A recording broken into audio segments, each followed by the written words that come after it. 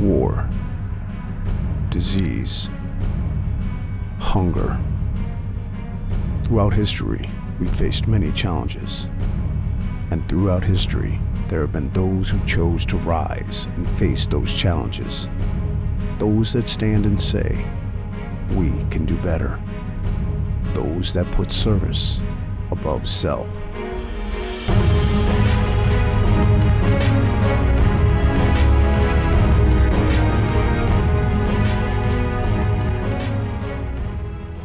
At the beginning, their needs were immediate.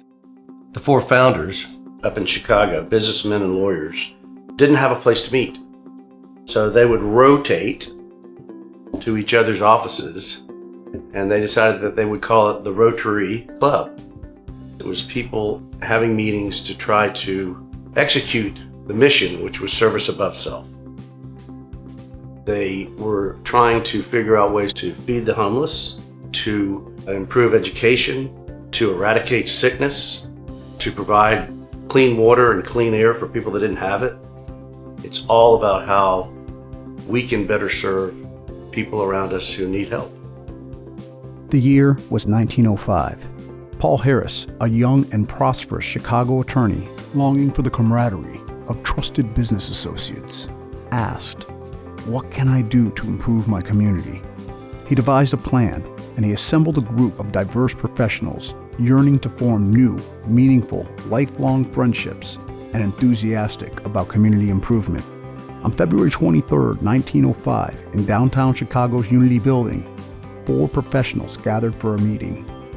Paul Harris, attorney; Gustavius Lower, mining engineer; Sylvester Scheel, coal dealer; and Hiram Shorey, merchant tailor, assembled at Lower's office. From that day forward, members of Mr. Harris's growing circle of philanthropic business associates rotated meetings between their respective offices. Rotary Club was formed. They wanted to give back. They'd all been very fortunate in their lives, and they knew that that was the right thing to do. It wasn't overnight. So, it did spread, and as it spread, the Rotary clubs are the best organization because of the connections that these people have. And again, heads of the, charities, heads of schools, heads of government. So that's how it spread. It spread through the local clubs up, as opposed to from the Rotary down. Now the Rotary down, they're the ones that are writing the big checks. So we appreciate that. But I think that the sense is that this is a club that the engine is from the bottom up instead of the top down. Smart people, hardworking people, coming together, trying to figure out ways to improve what we got. In 1910, 16 Rotary clubs across the United States united for the first Rotary Convention. It was here that Arthur Frederick Sheldon, Rotarian, coined the phrase, "He profits most who serves best," which became service above self in 1989. Rotary reached international proportions also in 1910 and became International Association of Rotary Clubs, which was then simplified in 1922 to Rotary International. The original Rotary wheel was designed by Montague Bear, now a cog, to represent civilization and movement. Herbert Taylor, an early Rotary International director, developed the four-way test, a standard of Rotarian ethics adopted by various world entities and judicial systems. In all things, a Rotarian must ask themselves, is it the truth? Is it fair to all concerned? Will it build goodwill and better friendships? Will it be beneficial to all concerned? Then the foundation was formed, and that became the engine for international work. Rotary's major international focus for the last 20 years has been to eradicate polio from the face of the earth. And it was the most deadly, most debilitating disease on the face of the earth. before Rotary got involved. The End Polio Now campaign has led the way internationally in fundraising. We have some people who have taken over 20 trips to Africa to actually hand out the vaccine, which is, a couple of drops and the kid is, good for life. And Bill Gates, who joined Rotary, not as a Rotarian, but joined Rotary in the fight against polio. He got up there and he said, "You've moved me." He said, "I was going to give 50 million, I'm going to give 150 million.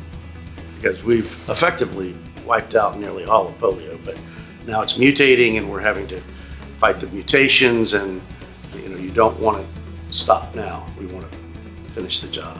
And then as soon as we wipe out polio, we're going to just turn and focus on another disease that's affecting children or people worldwide." Yeah, we're proud that we're leading the way.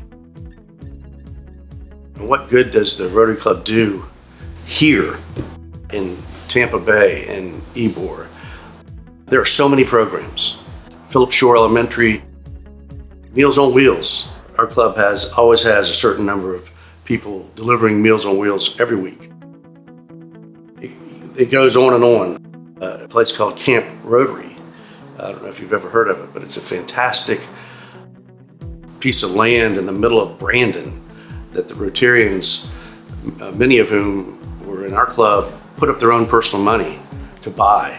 And it's now the premier camp for disabled children. So lots and lots and lots of programs. I could talk forever. In downtown Tampa is the Rotary Club of Tampa. They were our founders 70 years ago. We got our charter through them. They began what is called the Rotary Club of Ybor City. Tony Pizzo was the first president. The first thing that he did was to reestablish ties with all the Rotary clubs in South America. He wrote all 800 of them. And he indicated that this club was going to be not just a great local club, but the nucleus for supporting and having relationships with Spanish-speaking clubs. Our club, Ybor Rotary, is the only trilingual club in the United States. In our club, you can hear one of 4 languages spoken: English, Spanish, Italian, and Southern. Tony Pizzo's vision, which was to reach out and to create a world network in this part of the world of people trying to help people. We have very strong ties to Cuba. Many of our members are Cuban born and came to the United States as immigrants and worked their way up to being people, quite frankly, who have been very successful in law and politics and judging and business and nonprofit organizations. They're leaders in the community. We still have this very strong tie to Cuba.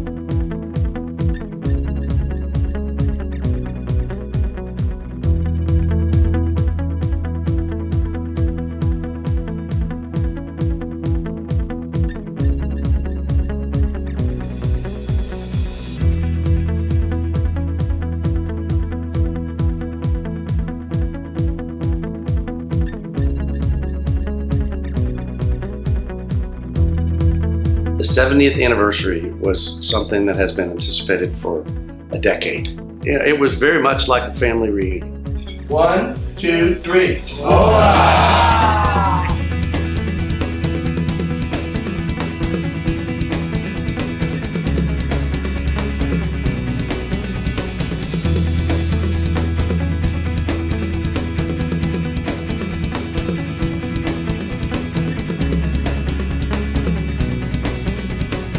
One thing that Rotary Club of Ybor City likes to do is to celebrate its history. And they use any occasion to do that. And we realized that we had representatives from at least 5 other Rotary clubs, including the Rotary Club of Downtown, which was our parent Rotary Club. Very appropriate for them to be coming to our 70th anniversary. The energy in that room was fantastic. So we decided that we would just go around with a microphone and ask people to say a few words. And it was like a history lesson.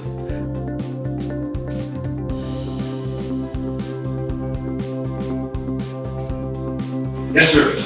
You got one? Yeah, I do. My most memorable moment was when we crowned Vincent Antolin as king of this Rotary Club. We had a member that was a king of the Crew of Santiago at the time, and we borrowed his regalia. We had it at the University Club.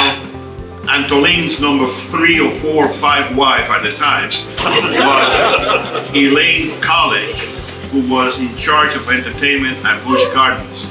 So we had a marching band that goes in there. I mean, the man was so, he didn't know what to say.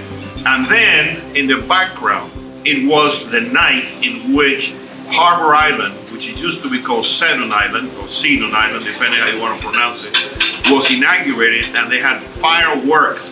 And it just happened that night. Those of you that were there will remember this.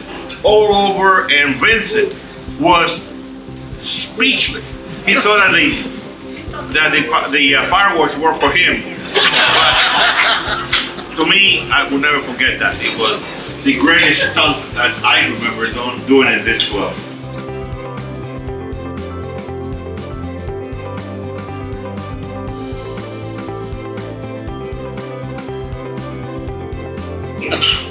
October the 8th of 1982, during the administration of Armando Lorca, any of the old timers will remember him. This club did the first thing that had been done in Tampa.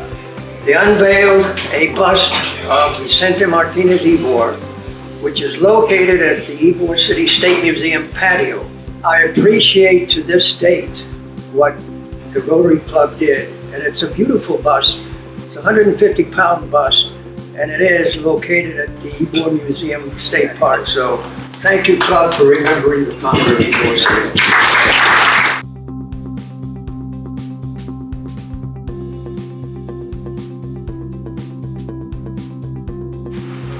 One of the proudest moments I had as president of this club was the day that I sat with a mother at St. Joseph's Hospital while her son was having his second heart surgery that our club had sponsored. And we sat there for about 6 hours and prayed that Joe Citro and Heidi Hess got to go back and see his full recovery. And there's nothing that makes me prouder of being a Rotarian than when we can reach out and help children, whether it's in cardiac distress or whether it's at Shore Elementary.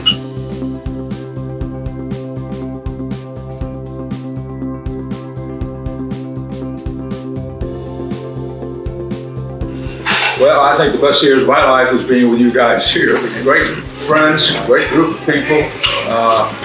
We have a great tradition and we need to keep it up. Boys and Girls Club, those of us from West Tampa, remember where it started, and we could do a lot of worse things than that. So thank you for all you do.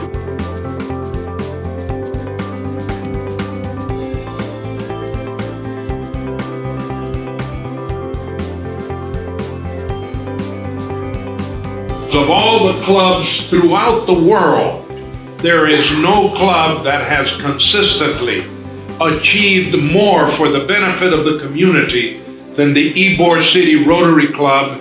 And Paul Harris wanted me to tell you that he is awarding you the All-Time Lifetime Achievement Award.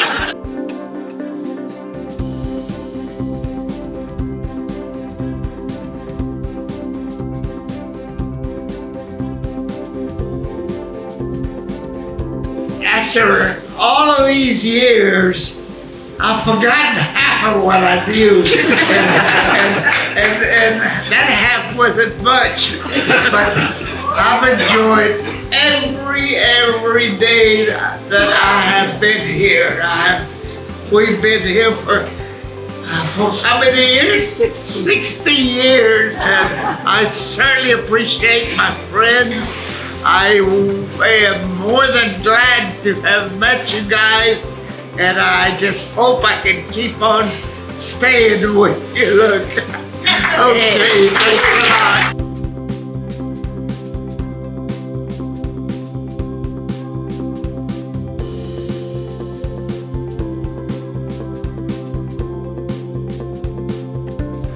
Ladies and gentlemen, this is my place. These are my friends. They have become family to me. I have spent Christmases with them. I have spent birthdays with them. I have spent every lunch every Wednesday with them. This is my family.